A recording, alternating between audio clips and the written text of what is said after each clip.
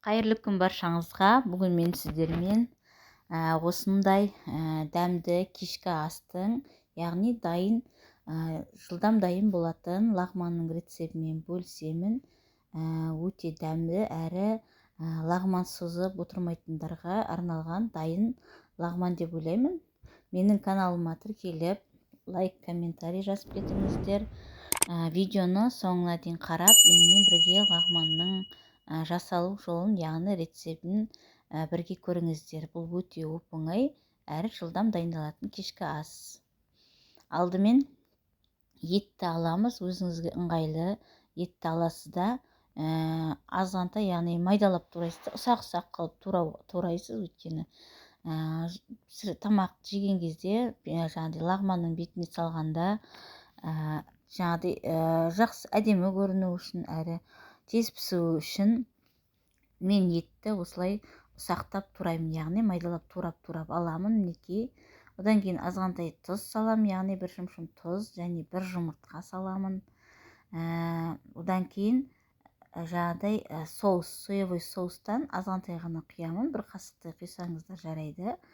Мен соевый соусты құямын және азғантай крахмал қосамын.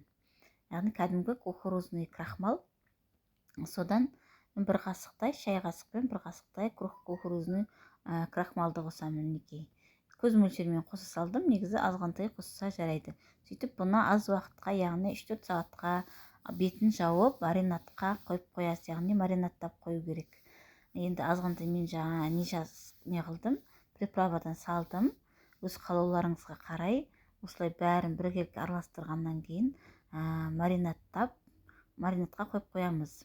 Етіміз маринадталғаннан кейін қазанымызға сұйық майымызды құйып, одан кейін жаңағы маринадтап қойған етімізді салып, осы қазып тұрған майымызға қуыра бастаймыз. Яғни етіміз өте жұмсақ, маринадта тұрғасын өте жұмсақ болып тез піседі деп ойлаймын. Сондықтан етімізді салып, одан кейін бетіне жуамыз, салып қуырамыз. Мен бір бас жуалдым, сәбіз, картоп және тәтті бұрыш, яғни болгарский перецті алып, барлығын 4 бұрыштылап турап алдым. Барлығын бірге. Содан кейін барып сәбізімізді салып, перецімізді салып, бәрін қуырып аламыз. Және мен лағманның қамырына осындай кеммидің дайын лағман лапшасын алып, суға салып, яғни тұзды суға салып қайнатып аламын.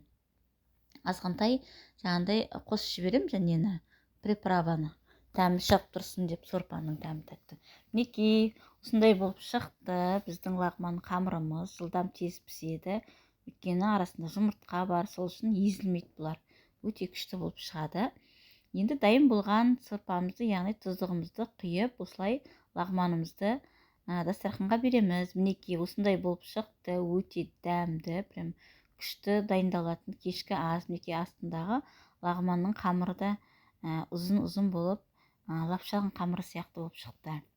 Менің каналыма тіркеліп, лайк, комментарий басып кетіңіздер, және де видеомды соңына дейін қарағандарыңызға рахмет.